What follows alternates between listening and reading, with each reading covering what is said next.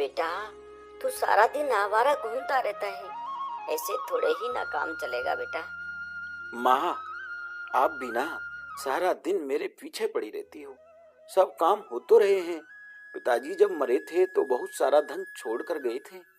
बेटा, तू कमाता तो है नहीं, उसी धन से ही तो तेरी शादी की थी। धन तो तेरी शादी में खर्च हो गया बेटा। अब अपने पास पैसे नहीं है।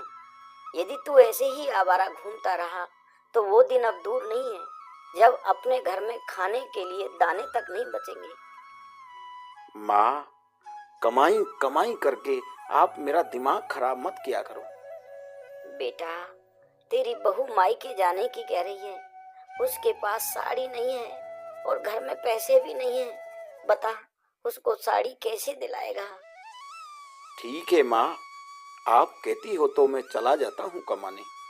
लड़का ऐसा कहकर घर से बाहर चला जाता है और अपने यार दोस्तों के साथ दिन गुजार कर शाम को घर लौट आता है।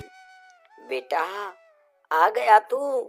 कुछ कमा कर लाया है कि नहीं? माँ, सारा दिन काम की तलाश में इधर उधर भटकता रहा, लेकिन काम नहीं मिला माँ। कोई बात नहीं बेटा, अब तुझे भूख लग रही होगी। जा बेटा, जाकर ठंडी रोटी खा ले। लड़का रोटी खाने लगता है और रोटी खाने के बाद सोचने लगता है, माँ रोज रोज ऐसे क्यों कहती है ठंडी रोटी खा ले, जबकि रोटी सब्जी तो बिल्कुल गर्मा गर्म है। ऐसे ही धीरे धीरे समय गुजरता गया। एक दिन माँ किसी काम से बाजार जाना चाहती तो अपने बहू से बोली, बहू, मैं किसी काम से बाजार जा रही हूँ बेटा। तू ऐसा करना, जब रामू आए तो रोटी परोस देना और कहना ठंडी रोटी खा लो। माँ, ओ माँ, कहाँ हो तुम? मुझे बहुत जोरों की भूख लगी है। माँ तो बाजार गई है। अच्छा, तो तुम ऐसा करो, मुझे भोजन लेकर आओ, मुझे बहुत जोरों की भूख लग रही है। आप बैठो स्वामी, मैं अभी लेकर आती हूँ। बहू खाना लेकर आती है और उसके सामने रख देती है और कहती है, लो, खा लो ठंडी रोटी। इतना सुनते ही लड़के को गुस्सा आ गया और बोला, रोटी भी गर्म है और सब्जी भी गर्म है, फिर तू ठंडी रोटी क्यों कह रही है? तेरा दिमाग तो खराब नहीं हो गया? ये तो आपकी माँ को पता होगा। जैसे मेरे से उसने कहा, मैंने आपको ऐसा कह दिया। ज्यादा पूछना है तो अपनी माँ से पूछना। मैं आज रोटी ही नहीं खाऊंगा, ले जा मेरे सामने से इनको। थोड़ी ही देर में लड़के की माँ आ गई। अरे बहू, बेटा ने भोजन कर लिया क्या? नहीं किया माँ जी, वो तो मेरे पर गुस्सा और कर रहे थे। ठीक है बेटा, मैं जाकर बात करती हूँ उससे। अरे बेटा, तूने भोजन क्यों नहीं किया? क्या बात हो गई? बहू ने कुछ कहा है क्या? माँ, तू रोज कहती है ठंडी रोटी खा ले, मैं सहन कर लेता हूँ।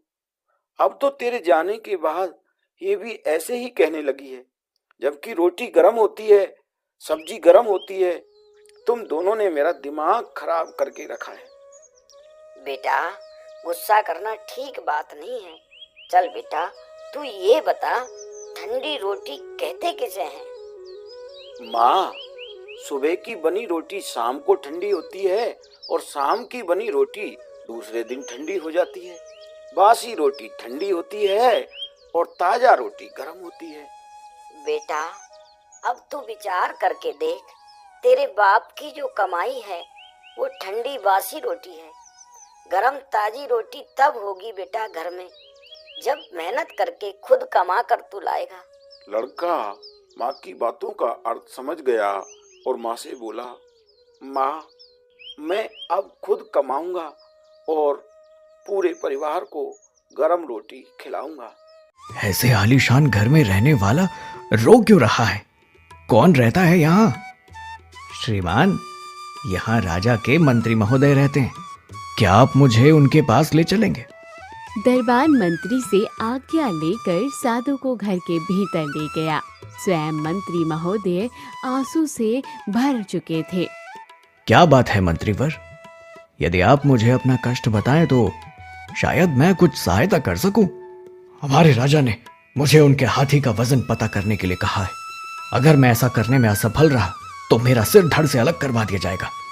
चिंता ना करें पूज्यवर, यदि हाथी का वजन पता लगाने में मैं आपकी सहायता करूं तो मेरा पुरस्कार क्या होगा? 1000 स्वर्ण मुद्राएं। मंत्री जी, आप मुझे उस हाथी के पास ले चलिए।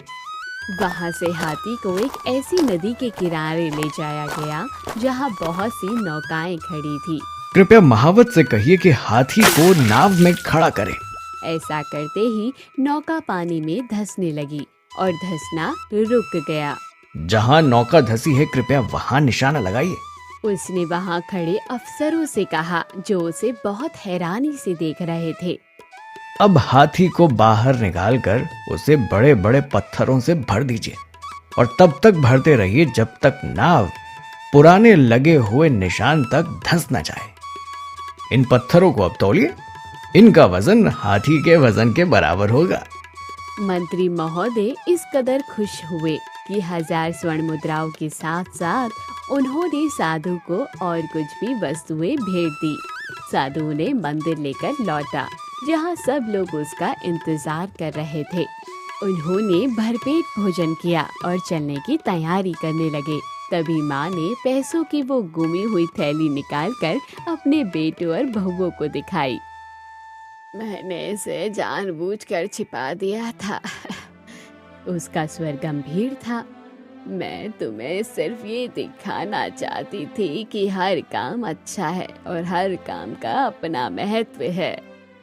विधु और उसकी पत्नी को बहुत ही पछतावा हुआ कि उन्होंने परिवार को बांटने की बात सोची। फिर सब घर लौट आए और कई वर्षों तक एकजुट होकर रहे। बुद्धिमान माँ को संतोष था कि उसके परिवार में जो छोटी सी दरार पड़ गई है वो अब भर चुकी है। तो दोस्तों, कैसी लगी आपको ये कहानी? कमेंट बॉक्स में जरूर बताइए। चैनल को जरूर सब्सक्राइब कीजिए।